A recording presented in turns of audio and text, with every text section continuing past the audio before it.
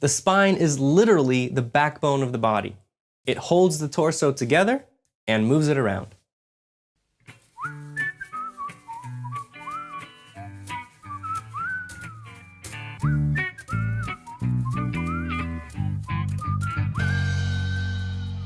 Hey there, I'm Stan Prokopenko. You're watching Proko. We're going to start our study of the skeleton with the spine.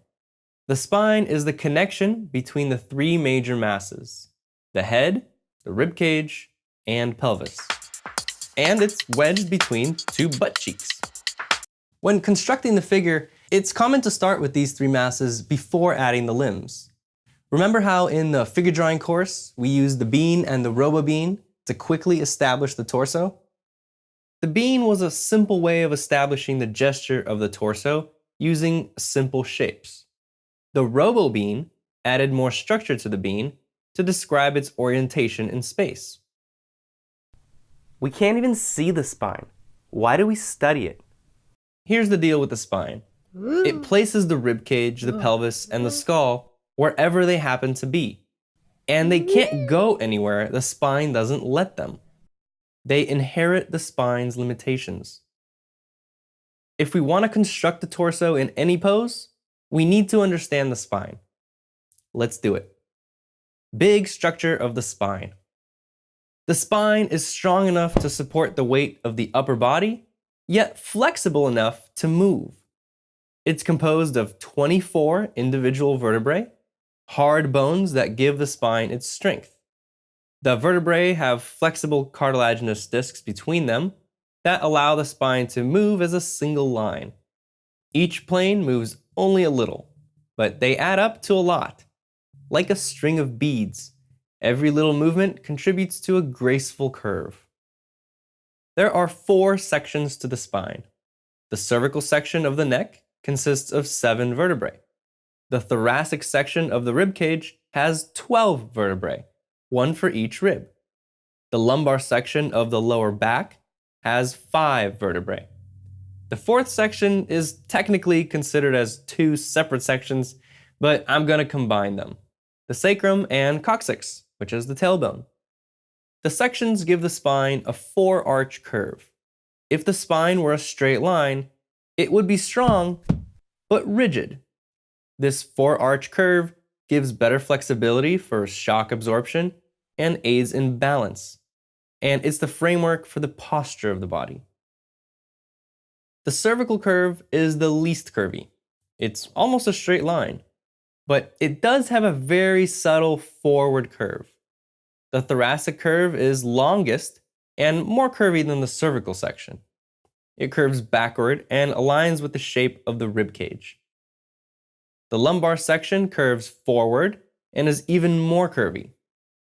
The sacral curve is the most curvy of all the sections. So, as you can see, the curves get progressively curvier as they go down the spine. Common structure of the vertebrae.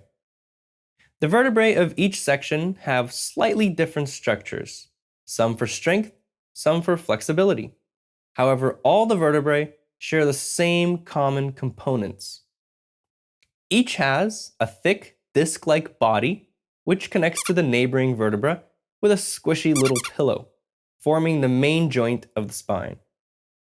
On the back of the body is a U-shaped arch, creating a hole through which the spinal cord runs. This locks the fragile spinal cord inside and provides protection. On this arch are a few processes, little spikes that stick out like needles on a porcupine. A spinous process points out posteriorly. The subcutaneous tip is the only part of the vertebrae that makes an appearance on the surface of the body. The shape and angle of the spinous process changes as we move down the spine. The cervical spinous process fans out like a lobster tail. Thoracic is like a long spike. And the lumbar is like the blade of an axe. But these shapes are not observable on the surface. We can only observe that the thoracic are pointy and the lumbar are longer. The first 6 cervical aren't visible at all. Those are deeper in the neck, covered by the nuchal ligament. The first visible vertebra is the 7th cervical, which is considered a major landmark of the body. This is the most pronounced and clearly visible vertebra along the spine, seen right in the middle of this diamond shape between the trapezius muscle. The middle vertebra of the thoracic section are usually not visible, even during an extreme forward lean, when the back muscles are stretched. But this varies. Sometimes you'll see all the thoracic and lumbar vertebrae. Motion. What the spine does affects the entire torso. The thoracic section leans back, and the sacral leans forward. Since the ribcage and pelvis attach to the spine, they inherit this lean. So this is the default position, not this. From there, each section has its own range of motion. The lumbar section has the largest and strongest vertebrae of the spine. It takes on the responsibility of holding all the weight of the upper body. The main motion of the lumbar area is flexion and extension, especially flexion, which is forward bending. When you bend down to touch your toes, most of that bending happens at the lumbar region. The lumbar region is also able to bend side to side, mostly at the top 3 lumbar vertebrae, because the bottom 2 are connected to the sacrum by strong ligaments. Rotation is restricted in the lumbar region. The thoracic vertebrae are not as large or strong as the lumbar, so you'd think they'd be more flexible. But you'd be wrong. The interlocking structure of the vertebrae and the fact that they're attached to the rib cage keep the thoracic section relatively still. Flexion, extension, and lateral bending are very minimal. However, the thoracic section is able to rotate. Rotation is the main motion of the thoracic section. The cervical spine is the thinnest and most delicate, so this allows for more flexibility in the neck. Rotation along all 3 axes is possible: flexion, extension, lateral bending, and rotation. The first 2 vertebrae of the cervical section are unique: the atlas and axis. The axis has a vertical cylindrical process inserting into the atlas. Can you guess what kind of joint that creates? You guessed it, a pivot joint. 50% of cervical rotation is at the joint where the atlas meets the axis. 50% of cervical flexion and extension is at the joint where the atlas meets the skull. So the head can rotate side to side and up and down without much help from the rest of the neck.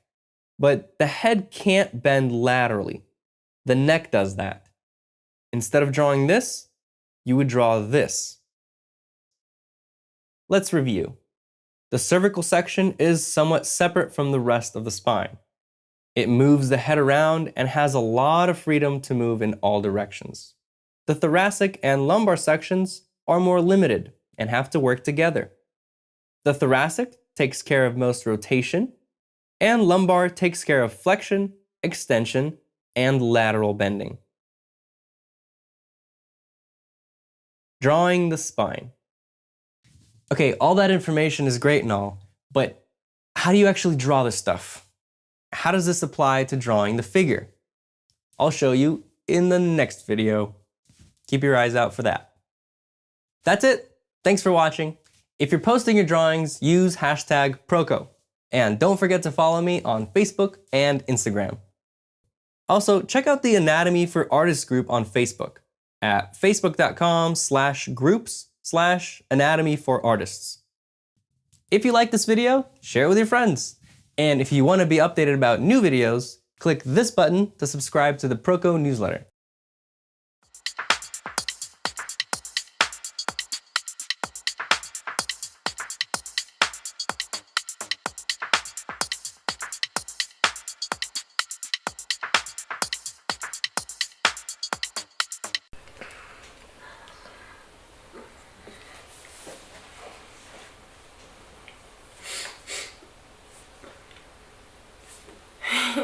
Okay. line again? Can you just say the lines?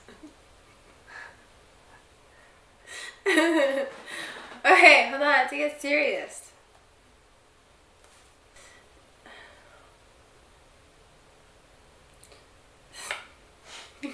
Why are you biting your finger? I'm waiting. Okay. I'm gonna do this. Can't even see the spine. What? Wow. Can't even see the spine. Why do we study it? That's good.